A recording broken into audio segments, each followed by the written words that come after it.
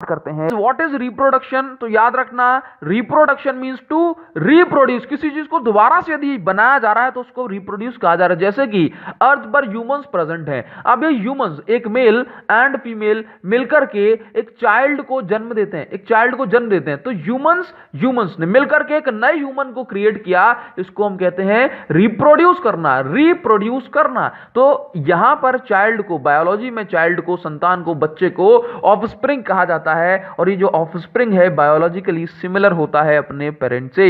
तो ये जो रिप्रोडक्शन है ना, ये प्रोसेस इसलिए जरूरी है सो दैट लाइफ की कंटिन्यूटी बनी रहे अर्थ पर, स्पीसीज की कंटिन्यूटी बनी रहे अर्थ पर, और जो है ये धरती, ये दुनिया इसी तरह से आगे बढ़ती रहे। तो रिप्रोडक्शन दैट मींस ये जो जन्म देने की प्रोसेस है, जन्म देने की जो प्रोसेस है, ये दो तरह की होती है, sexual reproduction and asexual reproduction. Sexual reproduction जो कि ह्यूमंस में होती है, जिसमें मेल एंड फीमेल का होना जरूरी होता है, जैसे कि इंसानों में होता है, ह्यूमंस में होता है। यदि एक मेल चाहे कि अकेला ही वो जन्म दे दे तो ये पॉसिबल नहीं है। तो मेल एंड फीमेल का दोनों का होना जरूरी होता है रिप्रोडक्शन प्रोसेस में। तो इस प्रोसेस को हम कहते हैं सेक्सुअल रिप्रोडक्शन, सेक्सुअल रिप्रोडक्शन। जबकि एसेक्सुअल रिप्रोडक्शन में क्या होता है कि एक सिंगल इंडिविजुअल, यहां पर मेल एंड फीमेल की जरूरत नहीं होती, एक सिंगल इंडिविजुअल ही न्यू इंडिविजुअल को जन्म देता है, न्यू इंडिविजुअल को प्रोड्यूस, रिप्रोड्यूस कर सकता है और करता है। तो आगे बात करेंगे एसेक्सुअल रिप्रोडक्शन के फीचर्स क्या क्या होते हैं। तो एसेक्सुअल रिप्रोडक्शन में सिंगल पेरेंट होता है, और ये माइक्रो ऑर्गेनिज्म में, जैसे कि आपका बैक्टीरिया हो गया, अमीबा हो गया, प्लाज्मोडियम हो गया, ये माइक्रो ऑर्गेनिज्म में ये फीचर होता है।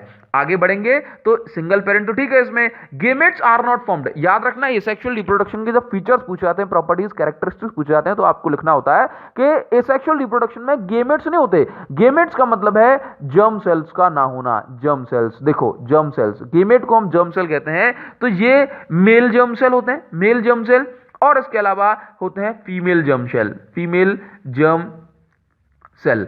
तो जब male germ cell and female germ cell मिलते हैं, जब फ्यूज करते हैं, फ्यूजन जब इनका होता है, तब जाकर के बनता है जाइगोट, या फिर मैं आसान भाषा में कहूं तब जाकर के एम्ब्रियो का, या फिर मैं कहूं कि ऑफस्प्रिंग का जो है क्रिएशन हो पाता है। किसका? ऑफस्प्रिंग का क्रिएशन होना शुरू होता है। तो अगर यहां पर सिंगल पेरेंट है तो फिर मेल जर्म सेल और फीमेल जर्म सेल कहां से आएगी? नहीं आएगी ना, इसलिए यहां पर गेमेट्स नहीं होते। इसके अलावा न्यू इंडिविजुअल जो बनता है एकदम आइडेंटिकल होता है, एकदम सेम होता है। जैसे कि ह्यूमंस में वेरिएशन होते हैं ना, कि आपका फेस, दूसरे का फेस, तीसरे का फेस, सबके फेस अलग अलग हैं, जबकि एसेक्सुअल रिप्रोडक्शन में ऐसा नहीं होता। एक अमीबा दूसरे अमीबा की एज इट इज कॉपी होगा। ये rapid mode of multiplication, that means यहां पर जो है जन्म जल्दी हो जाता है, जबकि ह्यूमंस में, जानवर में कुछ मंथ्स का टाइम लगता है। आगे बढ़ेंगे, एसेक्सुअल रिप्रोडक्शन के कुछ टाइप्स होते हैं, दैट इज ये करीब आपके 6 टाइप के होते हैं, और इसमें कैटेगरी करके एक टाइप बढ़ जाता है, जैसे कि टिश्यू कल्चर वगैरह। तो fission, fragmentation, budding, regeneration, vegetative propagation and spore formation, ये आपके 6 टाइप के एसेक्सुअल रिप्रोडक्शन, इन सभी को पढ़ते हैं। तो फिजन का मतलब होता है ब्रेक होना, फिजन का मतलब होता है ब्रेक होना, या फिर कहें डिवाइड होना, तो बढ़ेंगे कि भाई ब्रेक होना, कि जहां पर एक सिंगल ऑर्गेनिज्म डिवाइड हो जाए एक या एक से ज्यादा ऑर्गेनिज्म में, या फिर कहें एक या एक से ज्यादा इंडिविजुअल में, ये सही वर्ड है, एक या एक से ज्यादा इंडिविजुअल में, तब हम उस प्रोसेस को कहते हैं फिजन होना। तो फिजन जो है 2 टाइप का होता है, binary fission and multiple fission. तो बाइनरी फिजन में क्या होता है कि एक सिंगल सेल 2 टुकड़ों में, 2 सेल में स्प्लिट हो जाती है, और दोनों की जो डीएनए होता है एकदम एज इट इज कॉपी होते हैं, जैसे कि अमीबा के अंदर ये प्रोसेस होती है। मल्टीपल फिजन में क्या होता है? बाइनरी का मतलब 2, बाइनरी का मतलब क्या है? 2। तो एक सेल, इस सेल के अंदर, एक सेल के अंदर आप देख रहे हो ना, ये यहां पर जो है ना, ये 2 सेल में थोड़ा सा डिवाइड हो गई, इसके बाद एक लंबे समय के, मतलब एक समय के बाद ये अपनी लेंथ को एलोंगेट कर लेगा, दैट मींस ये मैच्योरेशन की ओर पहुंच रहा है, और उसके बाद जब ये मैं कहूंगा भाई सफिशिएंटली एलोंगेट हो जाएगी, तो ये जो है ये ब्रेक हो जाएगी। ब्रेक होने के बाद यहां पर 2 सेल बन जाएगी। तो ये जो कहूंगा, इसको क्या नाम दिया जाएगा? इसको नाम दिया था डॉटर सेल। क्या नाम दिया था? Daughter cell. तो ये जो डॉटर सेल है, ये पेरेंट सेल के एज इट इज कॉपी होती है। मल्टीपल फिजन में क्या होता है कि ये देखो एक सिंगल सेल है, इस सिंगल सेल मतलब कहूंगा एक सिंगल सेल जिसको हमने कहा पेरेंट सेल। अब इसके अंदर जो है कई सारी सेल्स का फॉर्मेशन हो रहा है। और जब ये मैच्योर हो जाएगी एक समय के बाद, ये सेल्स एकदम अलग अलग हो जाएगी, ये जो इसकी सिस्ट है दैट मीन्स के ये जो है ना ये ब्रेक हो जाएगी, और फिर उसके बाद कई सारे डॉटर सेल्स यहां से रिलीज हो जाएंगी, बाहर हो जाएंगी। हम इसको बोलते हैं मल्टीपल फिजन। ये आप जान सकते हैं भाई ये किसके अंदर होता है, ये अमीबा के अंदर होता है, और ये आपका प्लाज्मोडियम इसका एक एग्जांपल है, क्या, प्लाज्मोडियम, ठीक है ना। अमीबा के अंदर आपका ये बाइनरी फिजन मिल जाएगा, प्लाज्मोडियम के अंदर मल्टीपल फिजन। नेक्स्ट आते हैं भाई फ्रेगमेंटेशन। फ्रेगमेंटेशन का मतलब होता है टुकड़े होना। क्या होना, टुकड़े होना।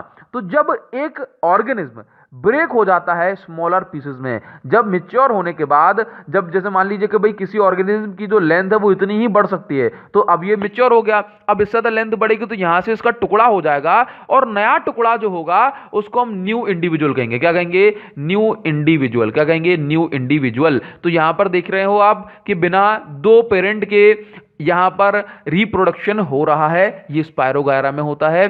तो फ्रेगमेंटेशन में जैसे कि अगर हमारे पास ये एक सेल है तो यहां पर कहूंगा कि जब ये मैच्योर हो गई तो उसके बाद ये इसका टुकड़ा हो गया और ये आपका एक न्यू इंडिविजुअल बन गया।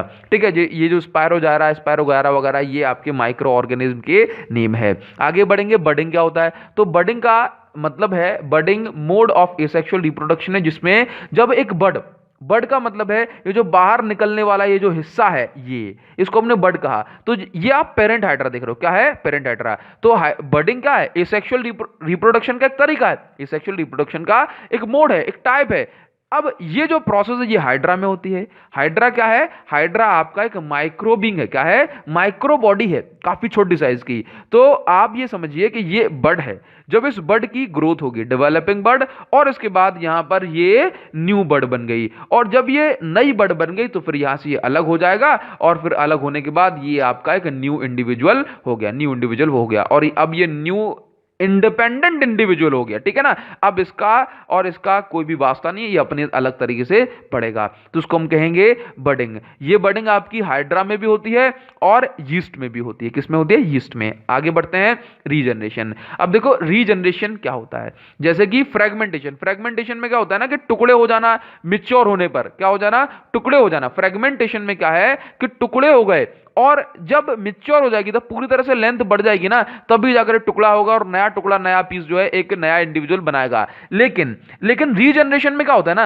रीजनरेशन में क्या होता है कि मान लो कि अगर हमारे पास ये एक बॉडी है, इसको जैसे मान लीजिए इसको कहा जाता है प्लेनेरिया। क्या कहा जाता है, प्लेनेरिया में रीजनरेशन होता है। अब अगर आपने इस प्लेनेरिया को यहां से 3 हिस्सों में काट दिया, 4 हिस्सों में काट दिया, तो ऊपर वाला हिस्सा एक अलग, दूसरा वाला अलग, तीसरा वाला अलग, समझ रहे हो ना। तो ये एक अलग ही, जैसे मान लो ये आपका एक पेरेंट सेल है, ठीक है ना, तो ये आपका अलग हिस्सा, ये अलग ही पेरेंट सेल बन जाएगा, ये अलग ही पेरेंट सेल बन जाएगा, ये अलग ही पेरेंट सेल बन जाएगा। तो 1 से 3 ने जन्म ले लिया, 1 से 3 ने जन्म ले लिया, समझ रहे हो ना। तो उसको कहा जाता है रिप्रोडक्शन। तो मान लो अगर आपने इसको ब्रेक किया 3 हिस्सों में, एक हिस्सा, दूसरा हिस्सा, तीसरा हिस्सा, अब ये आपका एक ये वाला बन जाएगा, दूसरा ये बन जाएगा, तीसरा ये बन जाएगा, पूरी तरह से हो जाएंगे। तो उस प्रोसेस को कहा जाता है रीजनरेशन।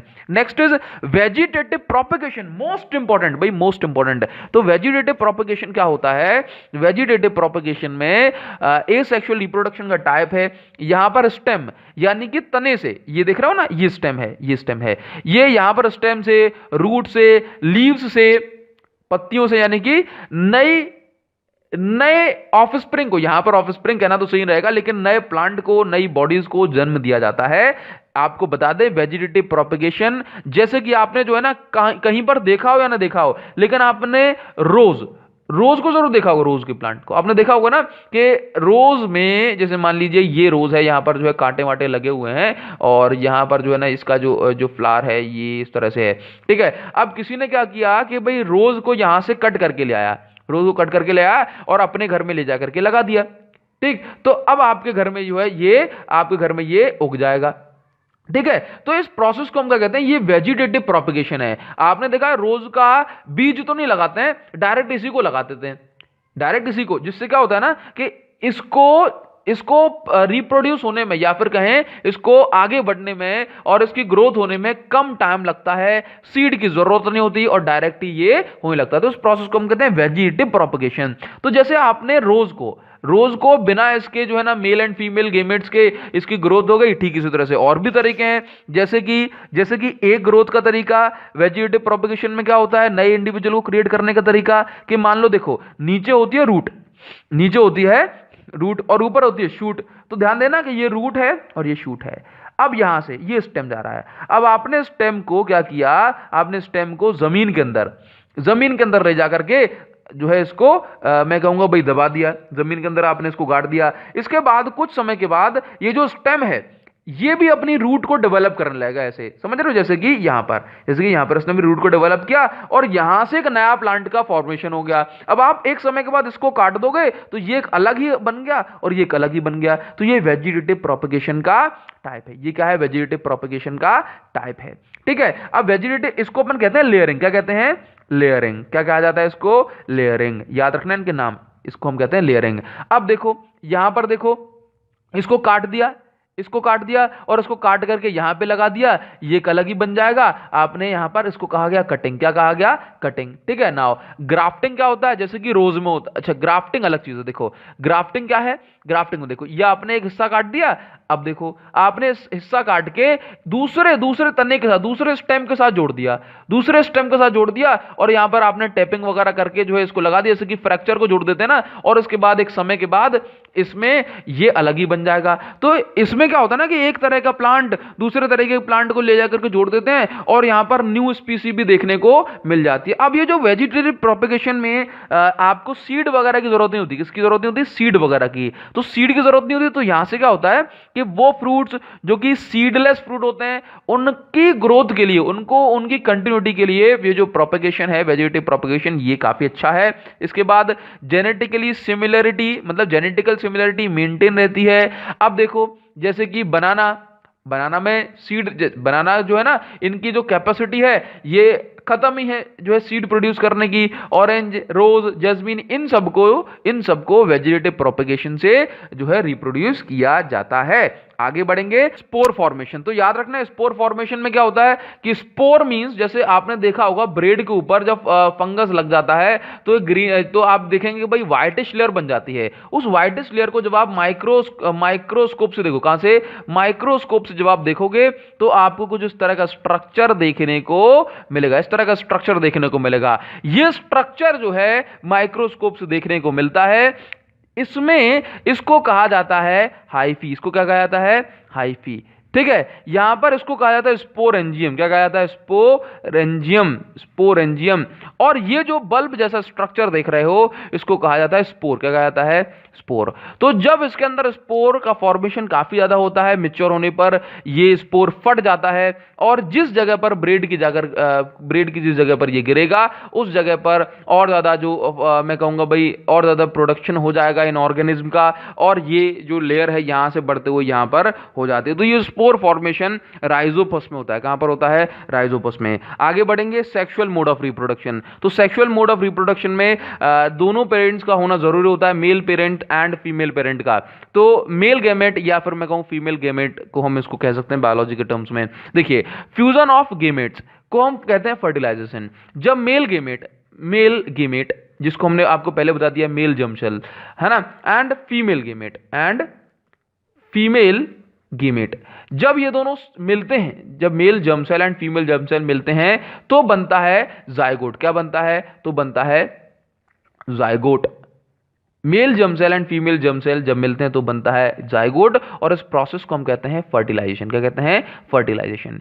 ये जाइगोट एम्ब्रू बनेगा, दैट मींस भ्रूण बनेगा, शिशु बनेगा, एम्ब्रू बनेगा और उसके बाद मैच्योर होने के बाद एक समय के बाद ये ऑफस्प्रिंग कहेंगे, इसको हम चाइल्ड कहेंगे, इसका जन्म हो जाता है। तो ये जो सेक्सुअल रिप्रोडक्शन है ये ह्यूमंस, एनिमल्स के साथ साथ फ्लावर्स में भी होता है। तो फ्लावर्स में दो टाइप के जो फ्लावर्स होते हैं, bisexual and unisexual. Bisexual flower हम उन फ्लावर्स को कहते हैं जिनमें मेल एंड फीमेल दोनों पार्ट्स प्रेजेंट होते हैं, जैसे कि हिबिस्कस का जो आपने फ्लावर देखा होगा, या फिर मैं कहूं यूनिसेक्सुअल जो फ्लावर्स होते हैं उसमें पपाया, वाटरमेलन्स, ये यूनिसेक्सुअल होते हैं। इनमें आइदर मेल पार्ट और फीमेल पार्ट प्रेजेंट होता है। आगे बढ़ेंगे, सीड फॉर्मेशन की जो प्रोसेस है प्लांट्स के अंदर, दैट मीन्स मैं कहूं कि सेक्सुअल रिप्रोडक्शन प्लांट्स के अंदर कैसे होता है, फ्लावर्स के अंदर कैसे होता है। तो आपको ध्यान देना होगा सबसे पहले कि ये जो लॉन्जिट्यूडनल सेक्शन ऑफ फ्लावर है, लॉन्जिट्यूडनल सेक्शन ऑफ फ्लावर, तो यहां पर ये जो पोर्शन देख रहे हो ना, ये वाला जो पोर्शन, ये देखो, ये जो है ये फ्लावर का फीमेल पार्ट है। कैसा है? Female part, female. इसको हम स्टिग्मा कहते हैं। क्या कहते हैं? स्टिग्मा। ये भी फीमेल पार्ट है, इसको हम स्टाइल कहते हैं। क्या कहते हैं? स्टाइल। इसके बाद ये भी फीमेल पार्ट है जो कि ओवरी है, और इन तीनों को मिला करके हम कहते हैं पिस्टिल। दैट मीन्स पिस्टिल के अंदर ये तीनों पार्ट आते हैं, स्टिग्मा, स्टाइल एंड ओवरी, जिसको हमने जूम करके यहां पर दिखा दिया। यहां पर आगे बढ़ेंगे, इसमें जो मेल पार्ट है, इस फ्लावर के अंदर जो मेल पार्ट है दैट इज एंथर। तो ये जो एंथर है, एंथर जो है ये आपका मेल पार्ट है। एंथर एंड फिलामेंट को मिलाकर के बनता है स्टेमन। क्या बनता है? स्टेमन। स्टेमन, ठीक है। अब ये स्टेमन बनता है। एंथर जो है, एंथर के पास पॉलन ग्रेन होते हैं। क्या होते हैं? Pollen grain. ये पॉलन ग्रेन मेल का जर्म सेल होता है। क्या होता है? मेल का जर्म सेल, या फिर मैं कहूं मेल गेमेट होता है। आप अगर कुछ नहीं जानते तो ये तो जानते होंगे कि पोलन ग्रेन क्या होता है। फ्लावर्स का आपने एक येलो कलर का एक पाउडर देखा होगा, येलो कलर का एक पाउडर देखा होगा। अब ये येलो कलर का पाउडर ये यहां से होते हुए देखना, ये पोलन ग्रेन, ठीक है, ये पोलन ग्रेन, ये जो है ना एंथर से ये सबसे पहले स्टिग्मा में पहुंचता है। एंथर से कहां पहुंचता है? एंथर से पोलन ग्रेन कहां पहुंचता है? स्टिग्मा। स्टिग्मा। अब स्टिग्मा से होते हुए ये स्टाइल से होते हुए, ये देख रहे हो, ये मेल जर्म सेल है, ये यहां से पोलन ट्यूब से होते हुए, यहां से होते हुए ये इसके पास फीमेल जर्म सेल के पास पहुंचा। ये कहां पहुंचा? देख रहे हो, ये डॉट से अपने दिखाया, ये डॉट से मेल जर्म सेल। अब देखो यहां पर ये फीमेल जर्म सेल है, इसके साथ फीमेल जर्म सेल के साथ ये ओवरी में जाकर के मिल गया। अब यहां पर फॉर्मेशन होगा, मैं कहूंगा एम्ब्रियो का। किसका? एम्ब्रियो का। यहां पर ऑफस्प्रिंग का फॉर्मेशन होगा। तो जब यहां पर आप देखिए कि ये जो जायगोट है ना, मैं कहूंगा कि ये दोनों मिल गए, ये क्या बन गया? जायगोट। पहले मैं कहूंगा कि जब ये मेल एंड फीमेल मिले तो हमने कहा क्या फॉर्मेशन हुआ? जायगोट फॉर्मेशन हुआ। अब जायगोट के बाद ये एम्ब्रियो बनेगा, और कुछ समय के बाद ये क्या हो जाएगा? ये सीड में। तो जब ये सुनना, मेल एंड फीमेल का जब मैं कहूंगा भाई फ्यूजन हुआ, जब ये मिले, तो उस प्रोसेस को हमने कहा फर्टिलाइजेशन होना। क्या कहा? फर्टिलाइजेशन, ठीक है। और जब ये जायगोट से एम्ब्रियो बन गया, है ना, तो हमने इसको कहा जर्मिनेशन। जर्मिनेशन क्या कहा? एम्ब्रियो बनने का मतलब मैं कहूंगा कि ये सीड बन गया। क्या बन गया? सीड बन गया, बीज बन गया। तो हमने इसको क्या कहा? जर्मिनेशन, ठीक है। आई होप आपको ये बात समझ में आ रही होगी। तो यहां पर आपको ये चीज क्लियर हो जाएगी कि जर्मिनेशन वगैरह ये क्या होता है। तो आप देख रहे हो ना, zygote divides into form embryo. Zygote divides to form embryo, ठीक है। The seed germinates to form plants and under suitable condition, air moisture etcetera, ठीक है। Next is reproduction is human being. तो ये मोस्ट इंपॉर्टेंट है भाई, याद रखना कि human sexual mode of reproduction को फॉलो करते हैं। सेक्सुअल मैच्योरेशन क्या होता है? आप जानते हो ना, सेक्सुअल मोड में मेल एंड फीमेल दोनों का होना जरूरी होता है। तो सेक्सुअल मैच्योरेशन क्या होता है? वो एज जब बॉडी के अंदर कुछ मेजर चेंजेस दिखाई देते हैं, वो एज जब ह्यूमंस में सेकेंडरी सेक्सुअल बिहेवियर्स का की ग्रोथ होने लगती है। सेकेंडरी सेक्सुअल बिहेवियर्स में आते हैं, अच्छा, चेंजेस एट प्यूबर्टी। देखो कहा जाता है, जैसे मान लीजिए चेंजेस एट प्यूबर्टी। प्यूबर्टी मतलब वो एज जब कहा जाए मेल्स के लिए 14 to 15 ईयर्स, 14-15 ईयर्स ये प्यूबर्टी की स्टार्टिंग एज है। इस प्यूबर्टी में क्या होता है कि थिक हेयर ग्रोथ होती है आर्मपिट्स एंड जेनिटल एरिया, जो प्राइवेट पार्ट्स के अराउंड हेयर ग्रोथ, आर्मपिट्स के अराउंड हेयर ग्रोथ होना स्टार्ट हो जाती है। स्किन ऑयली हो जाती है, पिंपल्स वगैरह होने लगते हैं। गर्ल्स में कुछ चेंजेस होते हैं, बॉयज की बॉडीज में कुछ चेंजेस होते हैं। जैसे आप देखते हो कि एक एज के बाद जैसे कि फीमेल्स में 12 ईयर्स एंड मेल्स में 14 ईयर, है ना। तो इसके बाद क्या होता है कि वॉइस जो होती है ये क्रैक होने लगती है, भारी होने लगती है, हेयर ग्रोथ होने लगती है फेस पर, बॉयज के अंदर, एंड सेक्सुअल मैच्योरिटीज, ये स्पर्म का फॉर्मेशन ये होने लगता है। आगे बढ़ेंगे, गर्ल्स के अंदर कुछ चेंजेस हैं, जैसे कि ब्रेस्ट साइज इंक्रीज होना, मेंस्ट्रुअल साइकिल का इंक्रीज होना, ये चेंजेस होने लगते हैं। तो जब ये पीरियड आ जाता है तो हम इस पीरियड को प्यूबर्टी कहते हैं, या फिर कहें सेक्सुअल मैच्योरेशन पीरियड हम इसको कहते हैं। आगे बढ़ेंगे मेल रिप्रोडक्टिव सिस्टम की ओर। तो मेल रिप्रोडक्टिव सिस्टम में यहां पर हमें सबसे पहले बहुत बेसिक सी बात समझनी होगी कि जैसे मान लो कि ये यहां पर किडनी है, दैट इज बीन शेप्ड, है ना। अपन ने जो इसको बना दिया बीन शेप्ड किडनी होती है। तो किडनी से जब यूरिन, जब कहें कि भाई ब्लड फिल्टर होने के बाद यूरिन जब आती है तो पाइप्स होते हैं, इन पाइप्स को कहा जाता है यूरेटर। क्या कहा जाता है? यूरेटर। तो किडनी से जो यूरिन आई वो यूरिनरी ब्लैडर में जाकर के स्टोर होगी, और जब भी जो है हमें जाना होगा तो यहां पर आप देख रहे हो ये जो पाइप आ रहा है यहां से होता हुआ, और ये यहां से, हमने इन पाइप्स को यूरेटर कहा था। अब ये पाइप यहां से होते हुए यहां से यूरिन को पास कराएगा और ये यहां से यूरिन बाहर हो जाएगी, तो इसको कहा जाता है यूरेथ्रा। क्या कहा जाता है? Urethra. And this is present in penis. This is present in penis. और ये जो है टिश्यूज से बना होता है। किसका? टिश्यू से। It is boneless. हाँ, नाउ आगे बढ़ेंगे। यहां पर आपको सारी चीज समझनी है। ये टेस्टिस है। टेस्टिस ओवल शेप्ड होते हैं, ओवल शेप्ड होते हैं, और ये जो पाउच जिसके अंदर ये प्रेजेंट होते हैं इसको हम कहते हैं स्क्रोटम। क्या कहते हैं? स्क्रोटम। यहां पर टेस्टिस का जो मेन काम होता है ये होता है टेस्टोस्टेरोन हार्मोन को प्रोड्यूस करना, या फिर कहें सिक्रेट करना। टेस्टिस का मेन काम होता है टेस्टोस्टेरोन हार्मोन को, that is male sex hormone, इसको प्रोड्यूस करना, या फिर कहें कि स्पर्म को प्रोड्यूस करना। मेल सेक्स हार्मोन अलग है एंड स्पर्म अलग है। स्पर्म का जो स्ट्रक्चर है वो कुछ इस तरह का स्ट्रक्चर है, टेल लाइक स्ट्रक्चर है ना। तो ये स्पर्म, जिसको हम मेल जर्म सेल भी कहते हैं, इसका काम टेस्टोस्टेरोन को प्रोड्यूस करना होता है, इसके साथ साथ स्पर्म को प्रोड्यूस करना होता है। अब जब ये स्पर्म बन जाता है, अच्छा, स्पर्म जो कि फीमेल जर्म सेल के साथ मिलेगा तब जाकर के जायगोट का फॉर्मेशन होगा, तब जाकर के एम्ब्रियो होगा ना। तो ये स्पर्म का फॉर्मेशन बहुत ज्यादा जरूरी है। नाउ अब ये स्पर्म का फॉर्मेशन हुआ, स्पर्म यहां से बनेगा। अब इस स्पर्म को कौन कैरी करेगा? स्पर्म को कैरी करेगा एक ट्यूब, जिसको हम कहते हैं वास डिफरेंस। क्या कहते हैं? Vas deferens. हाँ, अब ये वास डिफरेंस इसको लेकर के जाएगा। वास डिफरेंस किसको लेकर जा रहा है? स्पर्म को लेकर जा रहा है। किसको लेकर जा रहा है? स्पर्म को। अब ये वास डिफरेंस स्पर्म को लेकर गया, और यहां से जब भी एक्साइटमेंट होगी तो स्पर्म को बाहर जाना होगा। अब ये स्पर्म को बाहर जाना होगा। अब स्पर्म का जो स्ट्रक्चर है वो स्टेल टाइप होता है ना। दैट मीन स्पर्म इस तरह से बाहर, इसके पास मोटिलिटी होती है ना, ये मूवमेंट कर सकता है, लेकिन ये आगे नहीं बढ़ सकता। तो इसको अगर यहां से देखो बहुत ज्यादा प्रोडक्शन हो रहा है तो उसको बाहर भी जाना पड़ेगा। तो यहां से अगर इसको बाहर जाना है तो उसके पास कुछ ल्यूब्रिकेशन होना चाहिए, तो ल्यूब्रिकेशन कहां से आएगा? तो इसको ल्यूब्रिकेशन देती है सेमिनल वेसिकल्स। ये सेमिनल वेसिकल्स दो होती हैं, है ना, पेयर में पाई जाती हैं। तो यहां से होते हुए जब स्पर्म आता है जिसको यूरेथ्रा से पास होना पड़ता है, तो यूरेथ्रा से ये पास अगर ड्राई फॉर्म में होगा तो नहीं हो पाएगा। तो सेमिनल वेसिकल्स इसको कुछ फ्लूइड प्रोवाइड कराती है, जिसके कारण ल्यूब्रिकेशन मिलता है। सेम फंक्शनिंग होती है प्रोस्टेट ग्लैंड की। ये प्रोस्टेट ग्लैंड भी फ्रुक्टोज वगैरह, या फिर मैं कहूं यहां से कुछ फ्लूइड प्रोवाइड कराता है इसको, तो इसको प्रॉपर ल्यूब्रिकेशन मिल जाती है, और ये यहां से जो स्पर्म है वो बाहर हो जाएगा। इसके बाद स्पर्म का यूज फीमेल सेल के साथ फ्यूजन कराने के लिए होता है। नाउ आगे बढ़ेंगे तो ये आपका जो है ना, ये आपका एक फॉर्मेट हो गया, ठीक है ना। चलिए, इसके बाद फंक्शंस ऑफ टेस्टिस क्या है?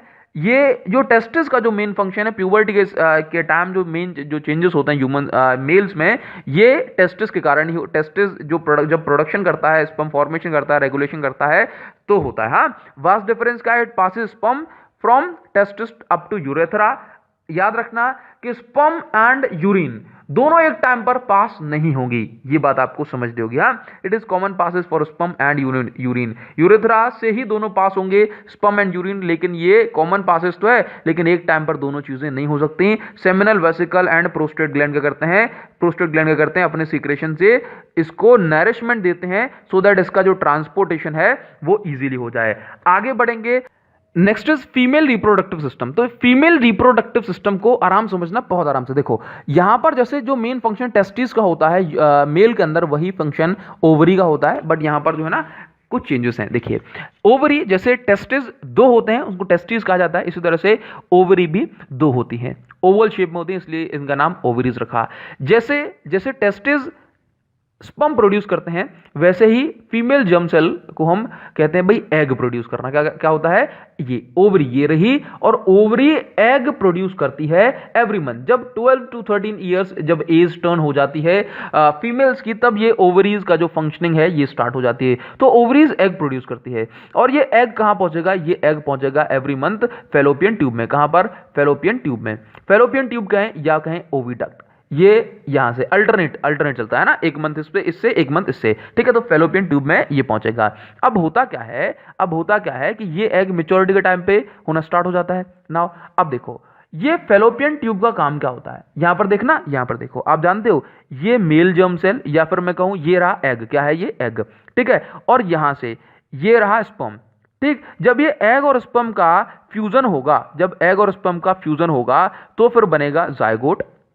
जब जायगोट बनेगा तो फिर उसके बाद, उस जायगोट बनने के बाद बनेगा एम्ब्रियो, ठीक है ना, जिसको हम शिशु कहते हैं। और उसके बाद एम्ब्रियो, और उसके बाद जो है बन जाएगा हमारा ऑफस्प्रिंग, हम इसको कहें एम्ब्रियो को हम ऑफस्प्रिंग कह देते हैं, या फिर कहें जो चाइल्ड जो है बर्थ हो जाएगा। देखो तो देखो ये प्रोसेस है। दैट मीन्स एग का, अगर चाइल्ड के लिए जरूरी क्या है, एग का एंड स्पर्म का फ्यूज होना। तो होता क्या है कि एवरी मंथ जब ये एग रिलीज होता है, जब ये एग रिलीज होता है एवरी मंथ आफ्टर 28 डेज के पीरियड में, तो फिर क्या होता है कि ये जो बॉडी है, जब ये एग रिलीज हुआ तो फीमेल बॉडी खुद को प्रिपेयर करती है। इसको कहा जाता है यूटेरस, क्या कहता है यूटेरस। यूटेरस को हम वॉम्ब भी कहते हैं, जिसको हम गर्भ कहते हैं, क्या कहते हैं गर्भ। तो आप ये समझो कि चाइल्ड के बर्थ के लिए, चाइल्ड के बनने के लिए, एम्ब्रियो फॉर्मेशन के लिए एग्स का मिलना जरूरी है, मतलब एग का स्पर्म के साथ मिलना जरूरी है। अब होता क्या है कि ओवरी से एग कहां पहुंचा, फेलोपियन ट्यूब में। अब फेलोपियन ट्यूब से ये जो है ना, इस फीमेल बॉडी ने खुद को प्रिपेयर किया, तैयार किया कि मुझे चाइल्ड को कैरी करना है। चाइल्ड को कैरी करने के लिए ये जो यूटेरस है, ये जो गर्भ है, इसकी जो वॉल्स हैं ये थिक होना चाहिए, ये थिक होना चाहिए, ये थिक होना चाहिए। अब ये थिक होंगी तो थिक होने के लिए यहां पर जो है ना कुछ थिक वॉल्स होती हैं, क्या होती हैं, थिक वॉल्स, ठीक है। आगे बढ़ेंगे, आगे बात सुनो। ये वजाइना है, यहां से स्पर्म जाएगा और यहां से, यही यूरिनेशन एंड चाइल्ड बर्थ में, चाइल्ड बर्थ जो है यहीं से होता है। हाँ तो देखो ये क्या है, ये वजाइना है ना। यहां पर देखो, यहां से क्या होगा कि स्पर्म जो है यहां से जाएगा, यहां से स्पर्म जाएगा और यहां से स्पर्म जाएगा, यहां पर पहुंचेगा, कहां पर, यहां पर। इसने जो है खुद को तैयार कर लिया, यहां पर जो है स्पर्म गया। अब देखो अगर स्पर्म जो है यहां पर पहुंच गया तो स्पर्म जो है यहां से यहां पर पहुंचा, फ्यूजन होगा और फ्यूजन के बाद यहां पर ये यहां जाएगा, कहां जाएगा, यहां पर आ जाएगा। यहां पर एम्ब्रियो का फॉर्मेशन होगा विद इन प्लेसेंटा, कहां पर, प्लेसेंटा के अंदर, कहां पर, प्लेसेंटा। प्लेसेंटा एक पाउच होता है जिस पाउच के अंदर चाइल्ड रहेगा, एम्ब्रियो रहेगा। हाँ नाउ ध्यान से देखना, अगर ये बिकॉज अगर सेक्सुअल इंटरकोर्स नहीं होता तो फिर क्या होता है कि एवरी मंथ ये एग तो बनेगा, ये एग बनेगा, बॉडी भी खुद को प्रिपेयर करेगी, बॉडी भी जो वॉम्ब है वो भी खुद को प्रिपेयर करेगी, इसकी वॉल्स जो है थिक हो जाएंगी। लेकिन इसको इस एग को स्पर्म अगर नहीं मिलता तो फिर क्या होगा कि इसने जो वॉल्स को थिक किया है, ये इस वॉल्स को जो उसने थिक किया है, इन वॉल्स को जो है डिस्ट्रॉय करना पड़ेगा। तो ये वॉल्स क्या होता है, ये वॉल्स ब्लड के फॉर्म में फिर बाहर आएगी, ये वॉल्स डिस्ट्रॉय होंगी, ब्लड के फॉर्म में बाहर आएगी and this process is called menstruation. क्या होता है, this process is called menstruation. इस प्रोसेस को कहा जाता है मेंस्ट्रुएशन, जिसमें क्या होता है कि जो वॉल्स जो बन गई होती है ना, ये ब्लड के फॉर्म में बाहर आती हैं आफ्टर एवरी 28 डेज अप्रॉक्स। हाँ तो चलिए अब बात करेंगे, तो ये इसको हम कहते हैं, ये जो पर मंथ जो होता है इसको हम कहेंगे मेंस्ट्रुअल साइकिल, ठीक है। तो ये प्रोसेस मेनली हो रही है बिकॉज ओवरी एग बना रही है। अगर एग फर्टिलाइज नहीं हो पा रहा है तो फिर इसको जो इसने जो वॉल्स जो प्रिपेयर की थी उसको खत्म करना पड़ेगा और ये ब्लड के फॉर्म में बाहर आएगी। आपको बता दें कि आप ये सारी चीजें समझ चुके हैं, बस अब आपने जो है यहाँ पर एग का फर्टिलाइजेशन भी देख लिया कि सब कुछ कैसे होने वाला है, कि जो फिर बाकी सारी चीजें आपको यहां पर ये समझ में आ जाएंगी। अगर when egg is not fertilize, जब एग फर्टिलाइज नहीं होगा तो फिर ये जो इनर लाइनिंग जो बन जाती है ब्लड के फॉर्म में वजाइना के थ्रू बाहर आ जाएंगी। हाँ अब मेथड्स ऑफ कॉन्ट्रासेप्शन, दैट यदि कोई कॉन्सेप्शन नहीं करना चाहता, दैट मीन्स अभी चाइल्ड के लिए प्रिपेयर नहीं है तो उसको कुछ मेजर्स लेने पड़ सकते हैं, जैसे कि फिजिकल बैरियर में कोई फिजिकल मेथड हम यूज कर सकते हैं, जैसे सर्वाइकल कैप, डायफ्राम या फिर कॉन्डम्स वगैरह। केमिकल मेथड में ओरल पिल्स लिए जा सकती हैं सो दैट जो फर्टिलाइजेशन प्रोसेस है वो पूरी ना हो पाए।